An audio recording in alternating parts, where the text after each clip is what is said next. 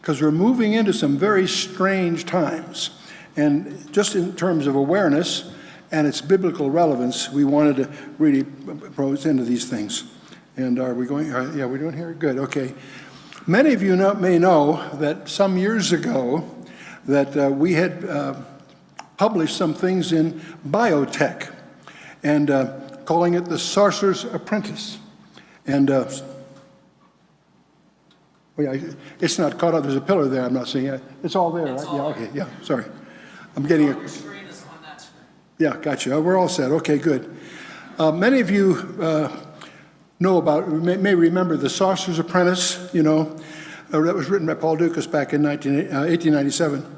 And it was featured in Walt Disney's famous movie, Fantasia. And it was based on a legend, or a Goethe's actual story, about a sorcerer's apprentice who, in the legend, was tampering with the engines of creation. And we issued this original story back in 2001, and we updated it a few times. And one of the things I wanted to do is update it here. And now, the reason we call it the Sorcerer's Apprentice, the biotech, the Sorcerer's Apprentice, most of us may remember that old castle. Mickey was clad in a sorcerer's robe and hat, and they had psychedelic armies of brooms, and Relentless March of Dukas Symphony went on.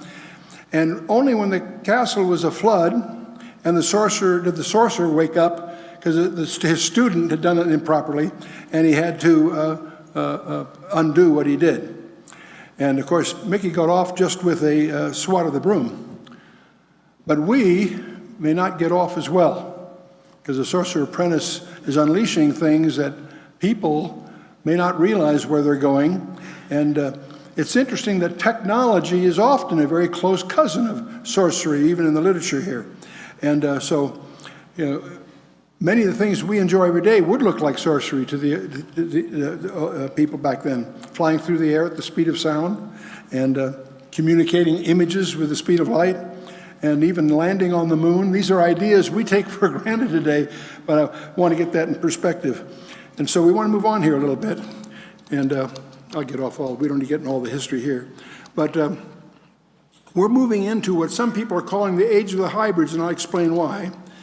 We're going to talk about one aspect of that, and that's the move towards transhumanism. What do we mean by that?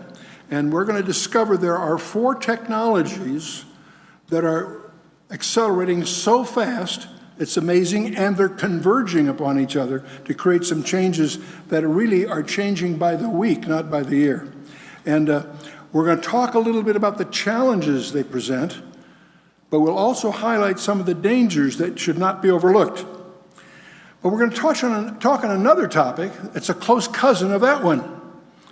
We're going to talk a little bit, not too much, relax, but we're going to talk a little bit about alien invasions.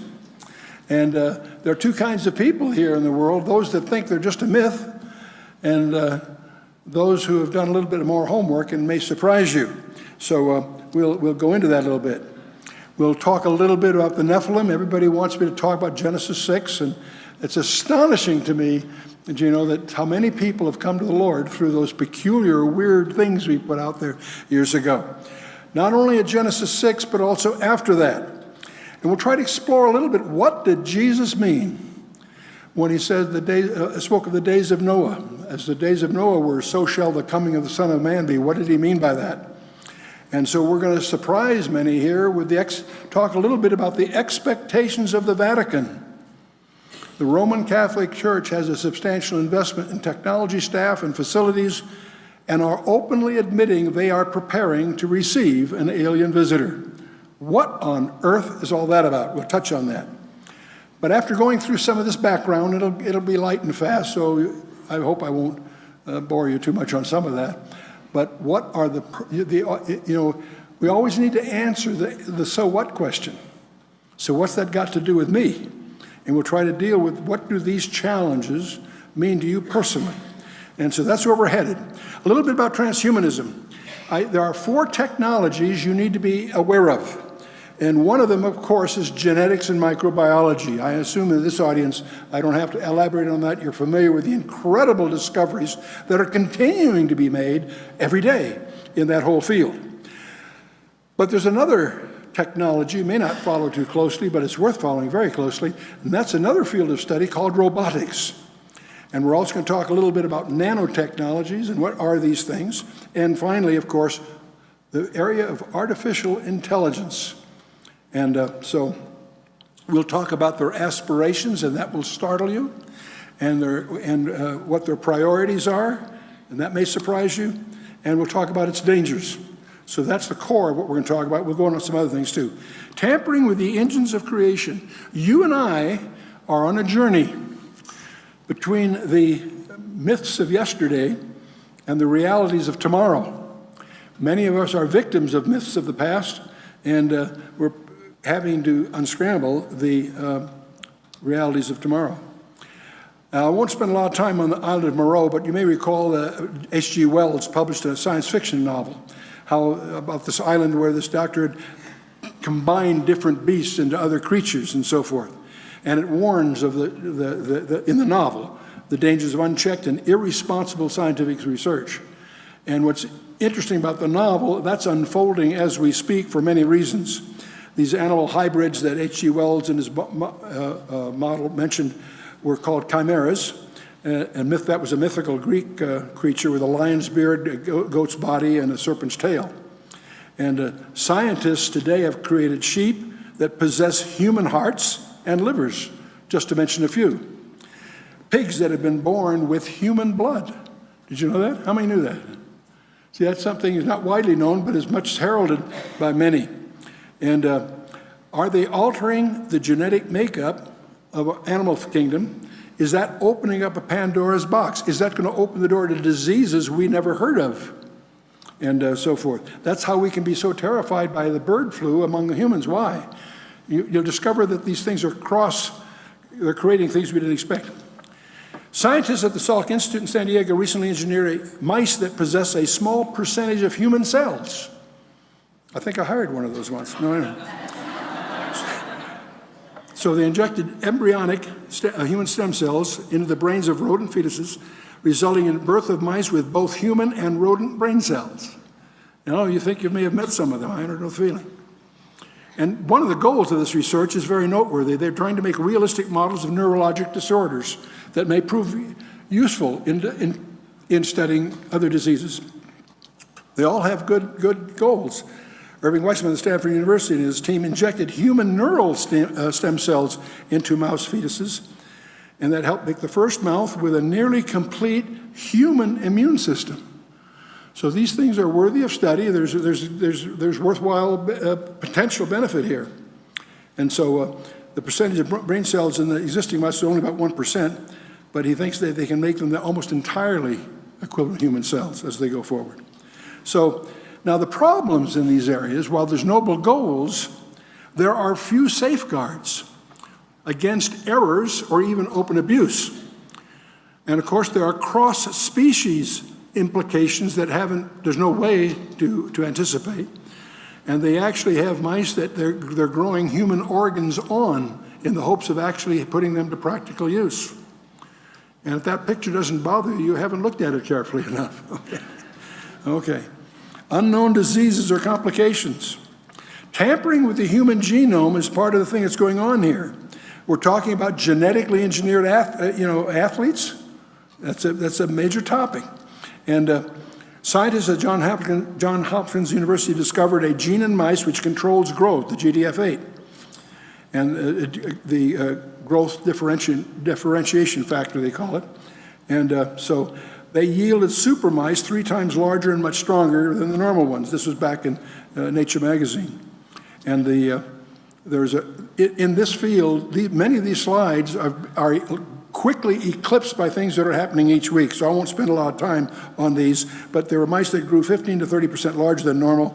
And even there's potential fruit from this, but there's also dangers. That's really the main point I want to get across here as we go. And there are also potential self-replicating mutations. and they're all impossible to fully anticipate. You can't anticipate the mutations. So while they may have experiments that have a certain goal, what really derives from this is hard to gain. And the other problem is these are not done in well-organized laboratories, government laboratories or university. There are many of the technologies here are done in garages, basements. There's no regulatory procedural disciplines. So this is an uncontrolled environment. And there are many small, intensely competitive laboratories chasing these things. And very few government or established labs that are the main ones here. Now, the think tanks back in Europe as well as here point out that free access to genetic sequence data for human genome and large number of other genomes, including pathogenic microorganisms, could pose a significant threat if misused. No kidding. That's pretty self-evident. And these are all from the International Space Research back some years ago. And a terrorist might develop a pathogen that could target a specific ethnic group. See, as we understand the genome, you can start creating diseases that can target specifics. And that's pretty spooky. Well, there's also this whole area of robot weapons that you may be hearing a lot about. I wanted to get a couple of them that I thought were interesting because they're predicted in the Bible, whether you realize it or not. In Jeremiah 50, verse 9, there's a verse, and I'm not going to concern ourselves here with the context, but just one phrase that's in it. Jeremiah records, "For lo, I will raise and cause up to come up against Babylon an assembly of great nations from the north country, and they shall set themselves in array against her. And from thence shall she be taken." Get this. "Their arrows shall be as of a mighty expert man, and none shall return in vain." Now, in the English, you don't pick it up, but in the Hebrew, it's very emphatic. It actually, as of a mighty expert. The expertise is not in the shooter, it's in the arrow. Did you pick up on that? The verb is sakal in the Hebrew. It means to be prudent, circumspect, wisely understand, and prosper. That's a characteristic of the arrow, not the shooter. It's a participle masculine singular absolute. It means to have insight, to give attention to, consider, ponder, be prudent, to have in other words, the arrow has comprehension.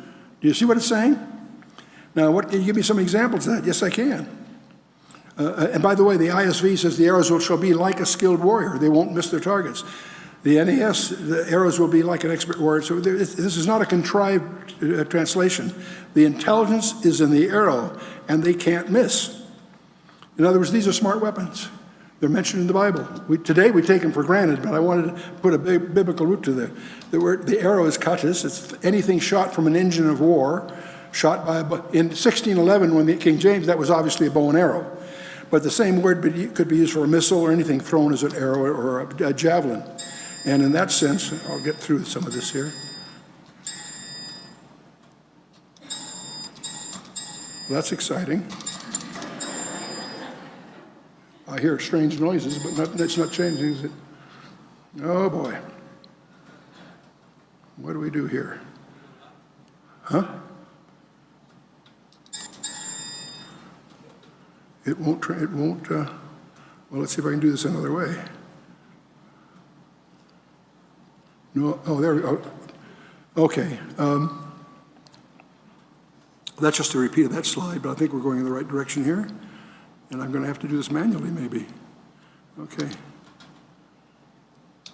These are examples of arrows that have intelligence. And these are all, there's another thing, there's a rifle, by the way, that you may want to know about.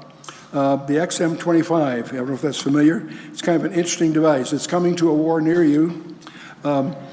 It has a system of range, about 2,300 feet. And I believe they're using it in Afghanistan. But the gun sight, it has a gun sight that uses a laser that measures the distance, and it also sets a time on the bullet to explode, so you can shoot over the guys. If he's behind a barrier, you can shoot over the barrier and nail him. And so it's a bullet that has the effect of going around corners. It's a game changer. And they'll be able to use this to target snipers hidden in trenches rather than calling airstrikes. And so it has a well, we don't have to dwell time on this. I'm having trouble with the other thing. So it's a game changer, basically. And All the soldier has to do is, the thing would add a meter using a button on his trigger, and when fired, the explosive round would carry exactly 1 meter past the wall before it explodes, in the nature of a hand grenade.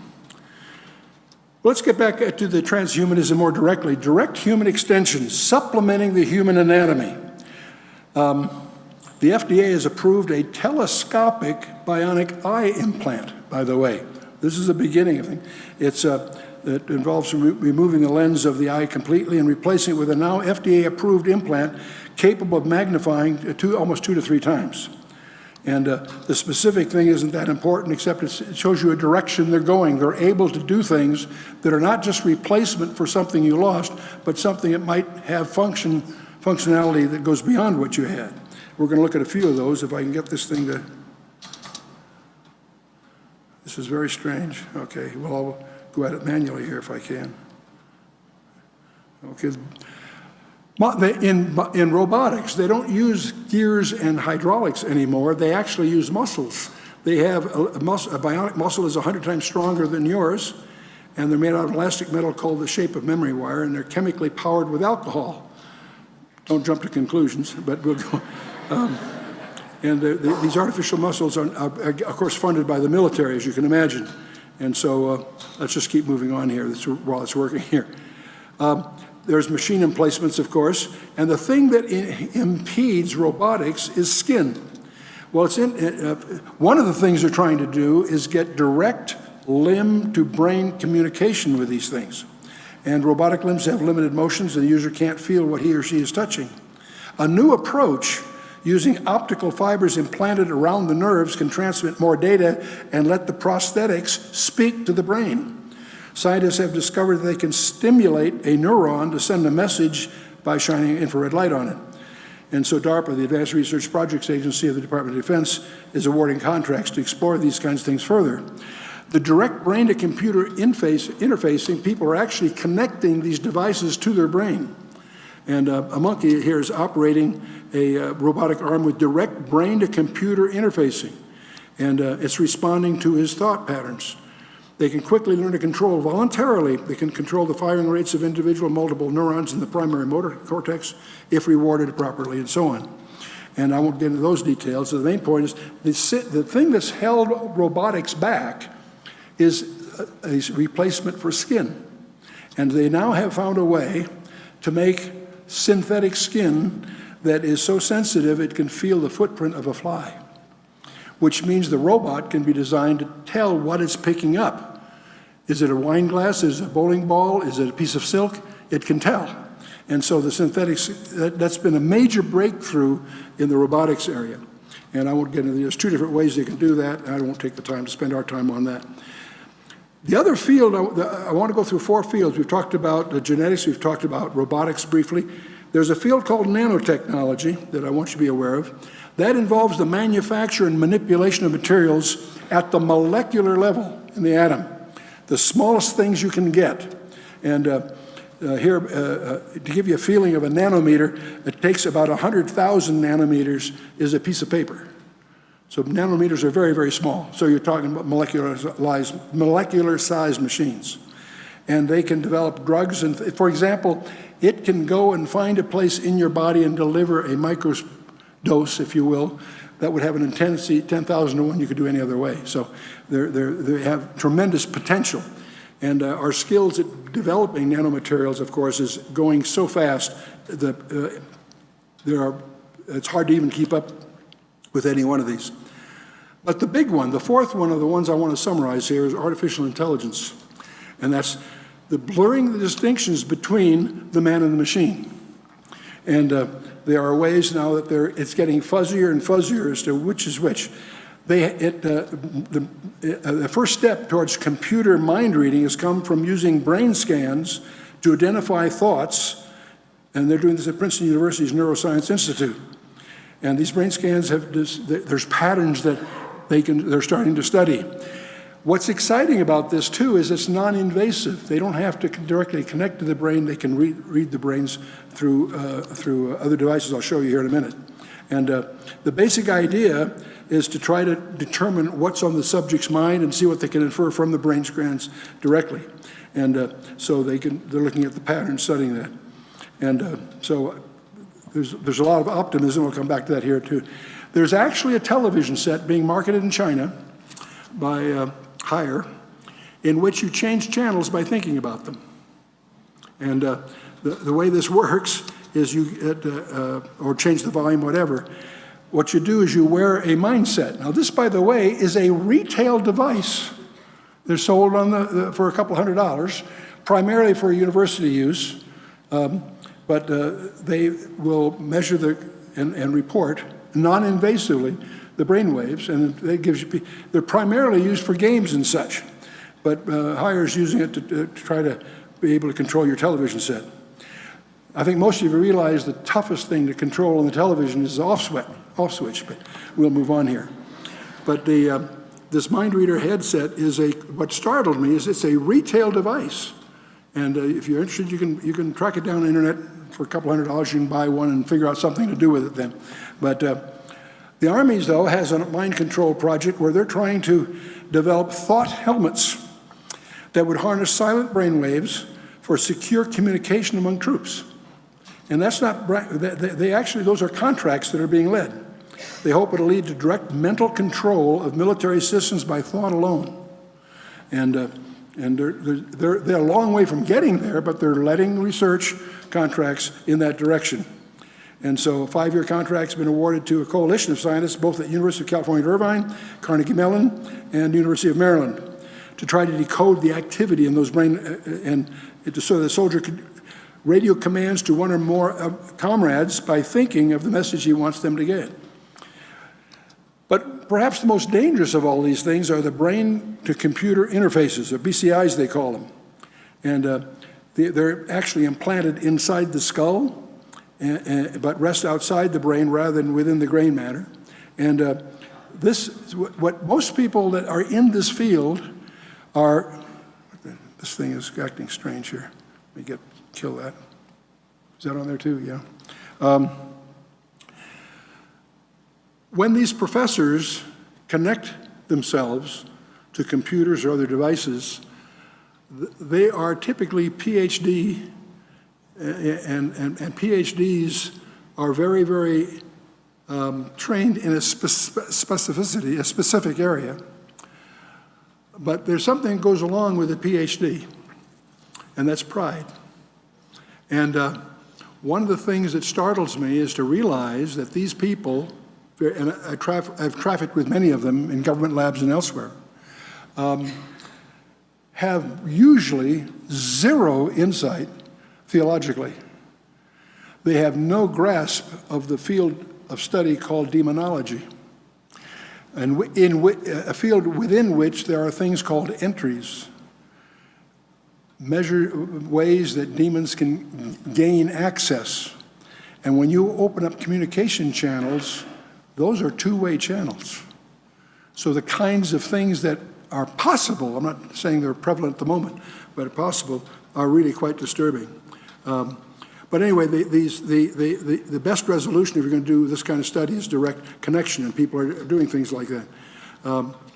Let's shift a little more to the computer side of it. IBM has unveiled experimental computer chips designed for a new generation of brain-inspired computers that learn from what's going on. I'm talking about the hardware itself does. Cognitive computing aims to use information from many different inputs. So it's multiple input, and it's self-programming, if you will. And these chips would allow a sensor-studded glove to monitor sights, smells, textures, temperature of grocery products, whatever. There's all kinds of commercial potential here. But they'll also integrate messages in ways that may be far more intuitive than we normally think of in terms of software alone. And I won't get into the specifications, because any specification I put in a slide is out of date a week later, so we'll just keep moving here. But there is a comment here that needs to be made. There is a point. Ray Kurzweil, one of the gurus in this world, looks for a crossover.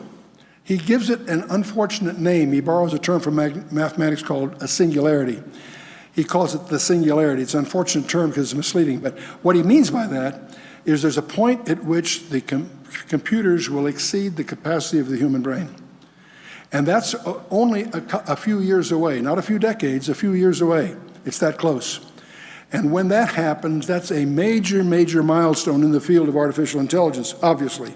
And we'll talk more about that. But the computers that learn, they're already taking these into applications of pattern recognition, navigation, other areas. And I don't want to get in the details of this one. There's a new partnership between IBM and 3M where they're looking towards a new breed of microprocessors where they stack 100 layers of chips atop one another to make it thinner. You make things thinner for lots of reasons. Speed is part of it. When you're operating at those speeds, even a few inches can be too big an encumbrance. And so they're trying to, 3M's trying to create an adhesive that will allow this to happen. It's also, there's a heat dissipation issue and the rest of it. But this is also expecting to give you 1,000 to 1 advantage, and this thing still isn't. Okay, we'll just do it manually here. Okay. So I want to get into the artificial intelligence area. The power of computers obviously are continuing to accelerate. Their size, their energy and costs are diminishing, and the facility of the hardware continues to accelerate. Both the hardware and the software are making gigantic leaps week by week as we go. And the singularity I tried to explain, that's a term that is associated with Ray Kurzweil. But that's when the computational intelligence exceeds that of the human mind. That's the target. Now you say, well, what's wrong with that? You have to understand what their admitted ultimate goal is. Because if you can take your intelligence and transfer it into that environment, you've achieved immortality. It's a path to immortality and to exchange consciousness between bodies, synthetic or otherwise. And the fact that this could at least conceivably lead to a path toward immortality can give you a glimpse of what kind of theology these people share, or lack thereof, if you will. Ray Kurzweil's concept of this consciousness not only will be able to be translated into a machine, you can combine consciousness. If you collectivize the consciousness, at the end of a documentary on his life, they ask him, do you believe there's a God? And his answer is very simple. He says, not yet. That's really the goal that they think they're on. Now, see, the real problem is, the real you, see, I can't see you. I'm standing up on stage. I can see the package you are in.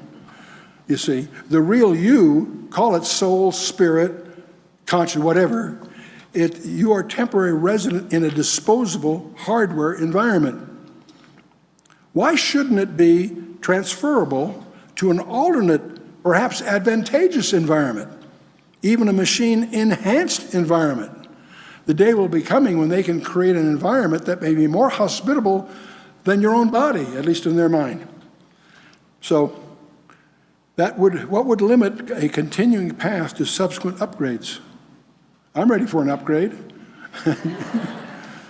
I don't plan to look to them for that upgrade, by the way. Let me hasten to add that. So there's some coming nightmares coming. The real, behind the scenes, something I haven't focused on, but I want to before we're through, is talk about super soldiers armed with ultimate weapons. There is an arms race going on. It's very hidden, but very real, between all the development countries. China, Russia, and the US, probably places in Europe, are going in this direction in the hopes of being able to field the super soldier. That could be a game changer in the pattern of nations. Networked super soldiers with unlimited mind controls, can you imagine? Unenforced lawlessness among a privileged few is part of the scenario here. Consciousness exchanges offering a form of immortality, collective consciousness ushering in a utopian collective, or the ultimate nightmare. That's what's on the horizon. This is not decades away. These are just a matter of years in the minds of the practitioners. So we have convergent technology. We've got nanotechnologies whose goal is molecule-sized machines. We have robotics, which are aimed at being self-modifying sentient machines. That's their goal, and they're working on it. And those two technologies, grease each other. There's genetics, of course, whose goal is the self-replication of manipulated entities. And then you have, thus from that, you'll get directable diseases targeting specific groups, maybe even individuals. There's no reason they can't design a disease that would only affect your DNA. Mail you a letter, be careful who said it, yeah? And of course, artificial intelligence, exceeding the human mind, the singularity, if you will. These are convergent technologies. The composite goal, self-replicating sentient machines, superior, perhaps overwhelming, combatant strengths, transfer of consciousness between and to extension bodies, a path towards immortality, a lure, of course, towards global tyranny. These things constitute a lure towards global tyranny.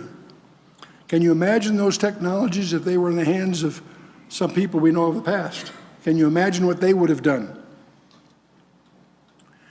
Now, something else you should know, there is a group called the Jasons. It's an independent group of scientists which advises the United States government on matters of science and technology. They were created as a way to have a younger generation of scientists to replace the Los Alamos and MIT Radiation Laboratory alumni. And for administrative purposes, they're administered through the MITRE Corporation. But the point is, their sponsors include the Department of Defense, of course, and Navy and Department of Energy and the U.S. intelligence community. Most of the Jason reports are classified. They all have security clearances. They include physicists, biologists, chemists, all kinds of fields, by the way. And they're selected because of their scientific brilliance. And over the years, they've included 11 Nobel Prize laureates and several dozen members of the United States National Academy of Sciences. And classified transhuman projects are the dominant topic of the contracts that they are getting. We can't get the contracts, they're classified, but we can find out a lot about them. So let's see if I can get this to change. Good, yeah. And I won't go through the list. You can skim through quickly on here the flavor of the kinds of contracts that are accelerating our progress in what they collectively call transhumanism.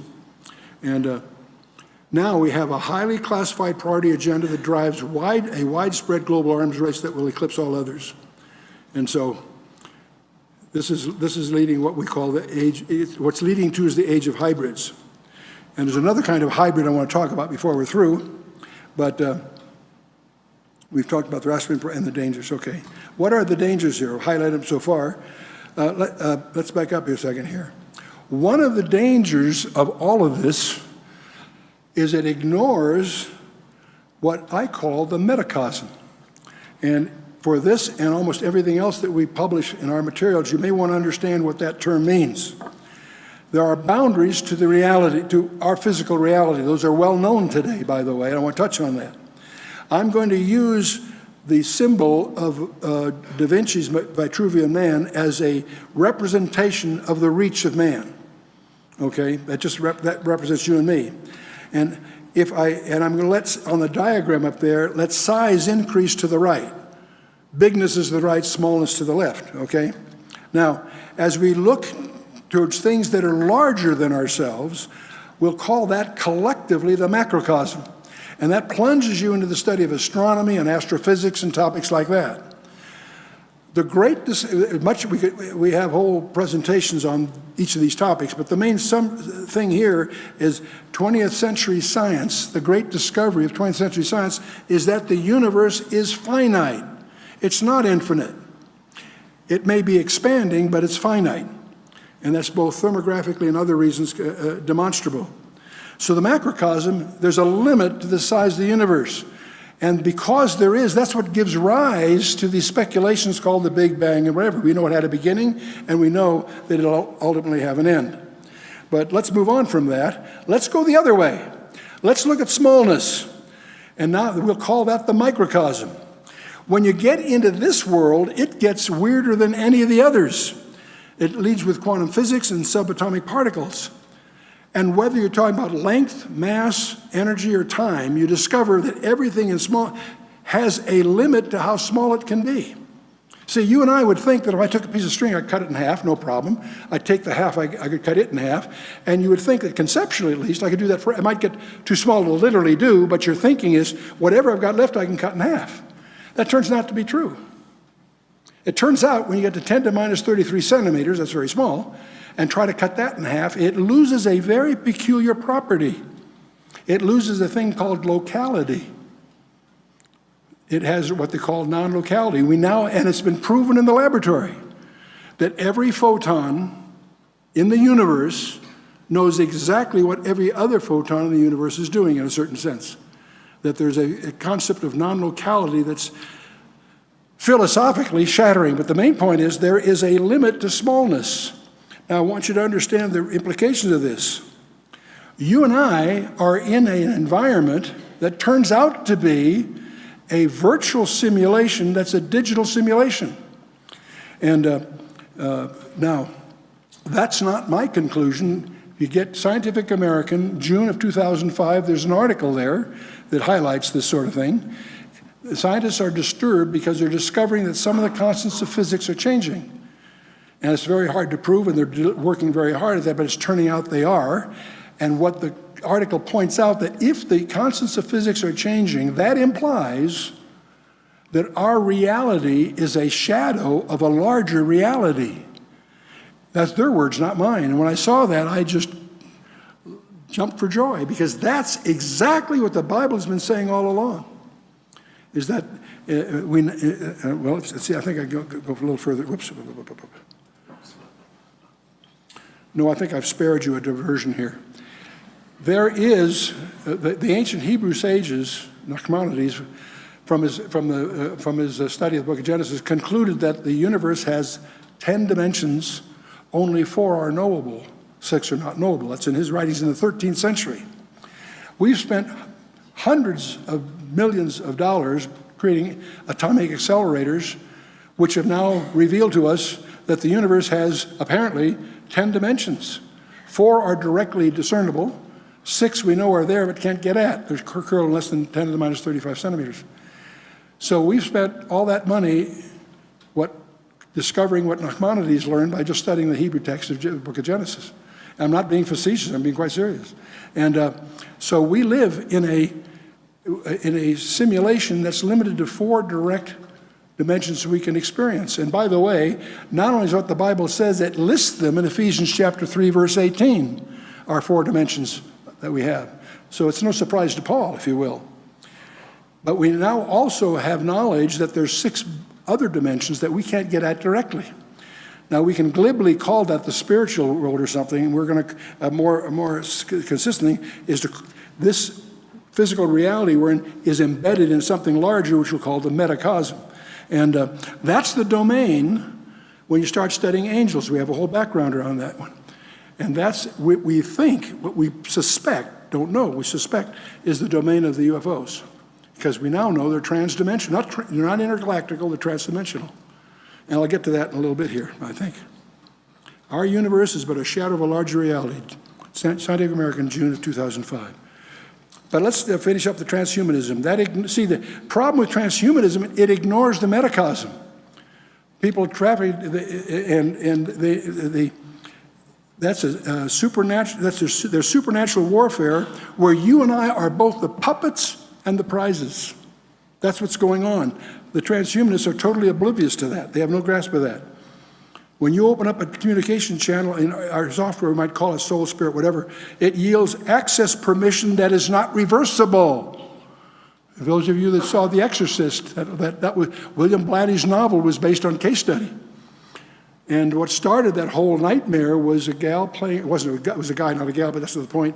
It was based on case studies. Fooling around with the Ouija board, which is an entry. And some of these video games and so forth are potentially entries. Let's take a look at the scripture here a little bit. We're all familiar with Nebuchadnezzar's dream of Daniel 2 and also Daniel 7, the different set of idioms, but same subject really. And we all know about the 4 empires, the gold, silver, brass, and iron, and the Babylon, Persia, Greece, Rome. We've all been there. But when you get to verse 43 of Daniel 2, where Daniel is explaining all this to Nebuchadnezzar, he gets to this peculiar stuff called the iron mixed with clay. Everyone remembers the legs are iron and the feet were iron mixed with clay. Verse 43 says, whereas thou sawest, speaking to, this is Daniel explaining to Nebuchadnezzar, and whereas thou sawest iron mixed with miry clay, they, he switches to a personal pronoun, they shall mingle themselves with the seed of men, but they shall not cleave one to another, even as iron is not mixed with clay. What's he talking about? Nobody knows. I tell you, we do know. That means that they, whoever they are, have to be something other than the seed of men, or they can't mingle. In other words, the grammar requires them to be two separate, non-mixable groups. So what are they? We don't know. And the personal pronoun is relevant here. And I want you to notice then that the seed of men, they're not the seed of men. They're not mankind. Are they hybrids?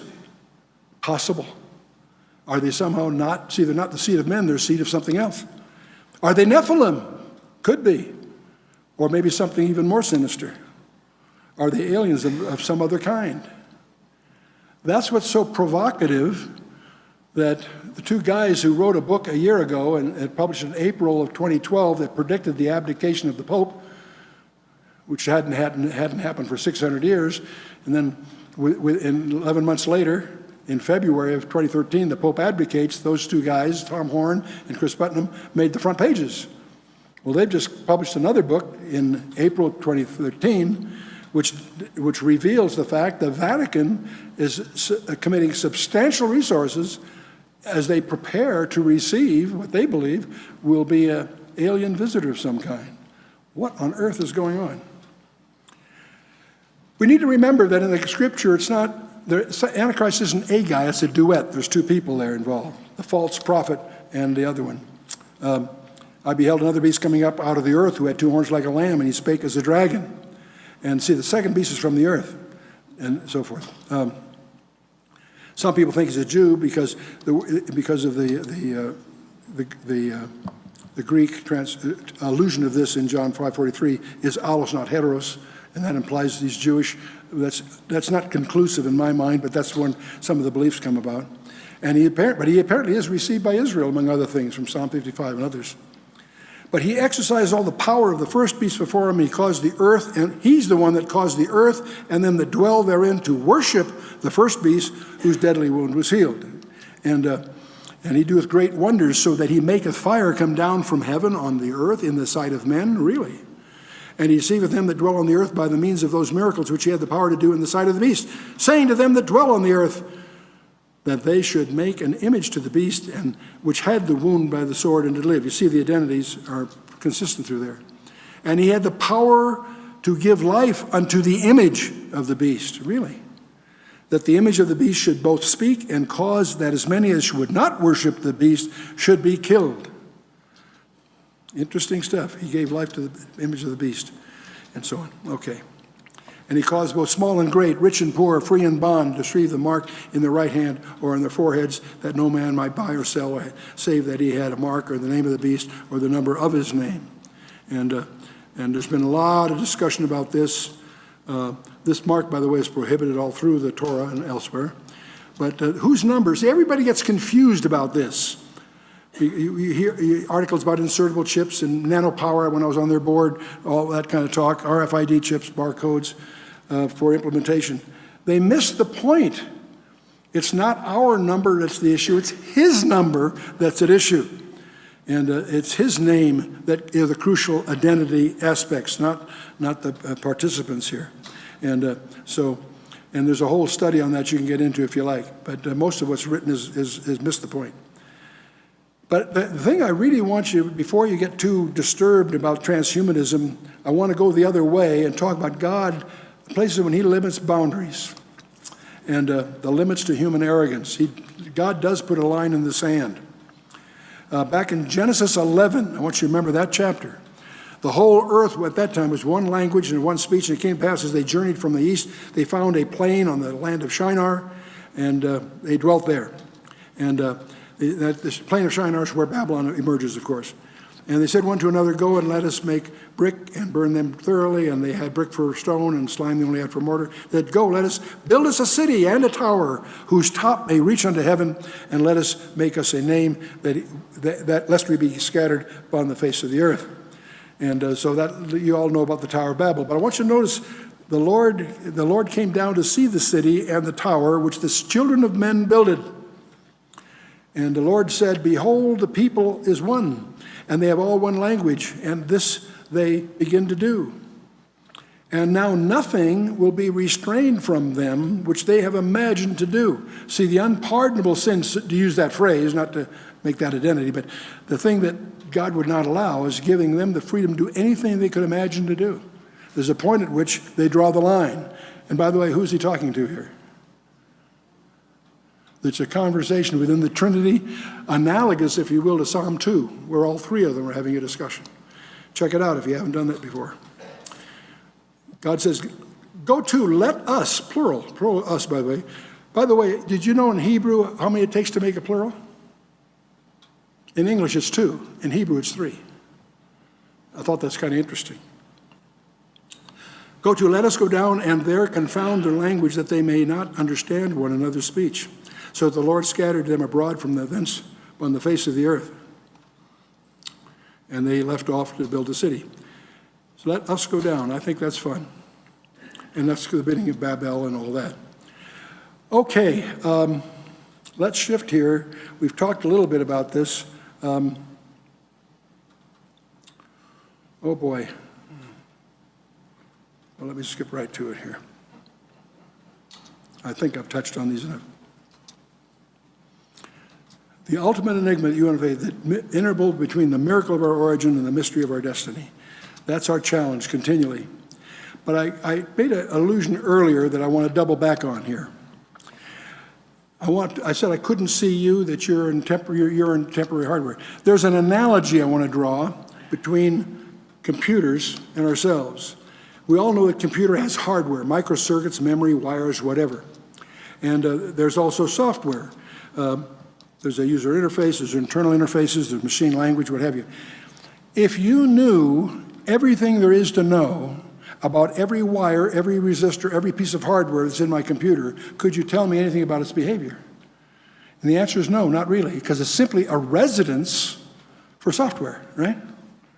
And I want to draw that analogy. You see, the software are other things, but that's fine. I always like to use this slide. The slide represents the hardware of man. It's very simple as a switch that's on and off, right? Whoops, it switched for me, huh? Okay. Did I get it right? You got the complicated, I didn't see it here. It went too fast for me here. Okay, good, we'll leave that alone. Okay. But to be serious a little bit, there is a parallel between the hardware in our physical body and software and our actual self. The real you, whether, set the vocabulary aside, whether it's soul, spirit, mind, your thoughts, whatever, that collectively is software, not hardware. And the thing I want to get across is software is not material. Software is information. It has no mass in and of itself. A light switch weighs the same whether the switch is on or off. The 1 or 0 it has no. And can I see if I get going here? Now, if I take a memory device, I'm using a diskette here, that's blank, okay, and I put that on a postal scale, it has nothing on it, it will weigh about 7/10 of an ounce. I can spend hundreds of dollars and load it with millions of bytes of software, and what will it weigh? Okay, well, if I add that all up, it still will weigh 7/10 of an ounce. In other words, there's no change. The software has no mass. Are you with me? Okay, I can even take software and send it through the airwaves, can I? Right? See, the implication of that is time is a property of mass, with mass. If it has no mass, it has no time dimension to it. Okay? Now, that's the physics of software. It has no mass. See, the weight of a storage device is not impacted by the presence of the software. It can even be sent through the airwaves. Software is not constrained by time. Time is a physical property that varies with mass, acceleration, and gravity, among other things. See, your destiny is eternal, whether you are saved or not. The real you is software, not hardware. I can't see you. I can only see the package you happen to be in at the moment.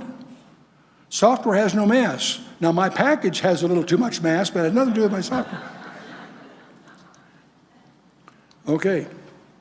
Now, you are temporarily resident in a package, in a disposable hardware environment. The real you has no mass. Your temporary container may have too much mass, but the real you requires no time dimension. You are eternal, whether you are saved or not. That'll disturb a lot of theologians here. The issue is not your eternity. The issue is, where are you going to spend it? And Walter Martin used to point out there's two paths to God, to heaven. One path is that you never make a mistake. From the time you're born on, you never sin, you never fumble, you have no sin at all. You go through your whole life without sin. And then when you get to the pearly gates, you tell God, move over, there's two of us. And of course he was being facetious, as was his style, just to get a point across. No, we're not perfect, but the good news is God himself, knowing that, entered his creation and paid our price for us. You know all that here. So if you're perfect, there's no problem. But it's time for all of us, I'm going to suggest, is to to renew our citizenship.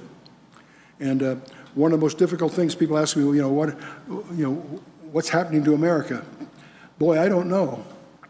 There's a whole other topic we could explore, and that is the encroaching darkness and the fact that all the things that made our country great up through the 40s, 50s, 60s maybe is gone. We do not have a constitutional government. We do not have freedom of speech. We do not have a Bill of Rights. And that's all been, what's amazing isn't that it's happened. What's amazing is that nobody cares. Nobody notices. The apathy, partly because the entire middle class has gone on the take too. They've also got the cancer of entitlement mentalities. So there's a lot going on. So we could talk a lot about the coming scenario, the Psalm 80. I'm dropping a few thoughts here, so we'll get some questions, but Psalm 83, I think, is a prelude to Ezekiel 38. An anticipated world leader will be exploiting a global crisis. And there will be roles, I believe, this is just personal suspicion, involving what apparently are alien encounters and creatures beyond our imagining. And that will climax in an actual Armageddon, of course. And your challenge, I always like to close with a challenge on the screen, which if you accept what I put on the screen, you flunk the course. I'm going to put something on the screen in sincerity, but I want you to challenge it, because it's ridiculous. I believe that you and I are being plunged into a period of time about which the Bible says more than it does about any other period of time in human history, including the time that Jesus walked the shores of Galilee or climbed the mountains of Judea. That's preposterous. Challenge it. Don't accept it, for heaven's sakes. But how do you challenge that statement? You got to do two things to do that. Two basic challenges. First of all, you got to find out what the Bible really says. Not what Gino or Chuck or somebody else. It's too important to delegate. You need to find out what the Bible itself actually says. And the good news is it's never been more available in the history of man. In our environment today, the Word of God is more available than it's ever been in the history of man. You do not have to know Hebrew and Greek to examine the Hebrew and Greek of the original texts. There's software that'll do it for you. You can kick your ear on any word. It'll tell you what the original word said as parts of speech and more than you really want to know about it. And that software is free of charge, available on the internet and many other ways. We are without excuse. And the information appliances we travel with, absolutely astonishing. Many of us carry 6 Bibles in our phone. You got to be kidding. And the internet. Here's the other point. All of man's knowledge is a couple of clicks away on the internet. On any subject you can articulate. The availability of information on anything is astonishing. We are indeed without excuse. But the second thing you got to do, that's not enough. You got to find out what's really going on. You've got to answer the rhetorical question that Pilate threw into the pot. What is truth? You need to find out. Now, you have a real disadvantage there, because we live in a culture that has decided there is no truth. Science used to be the quest for truth. There's a difference between science and technology. Technology produces products. It validates itself with products. Science is a priesthood. If you don't know, you don't have the right creed, you are excluded from the career. Science is a priesthood. It's not connected. It's not a quest for truth. And furthermore, we now find ourselves in the age of deceit.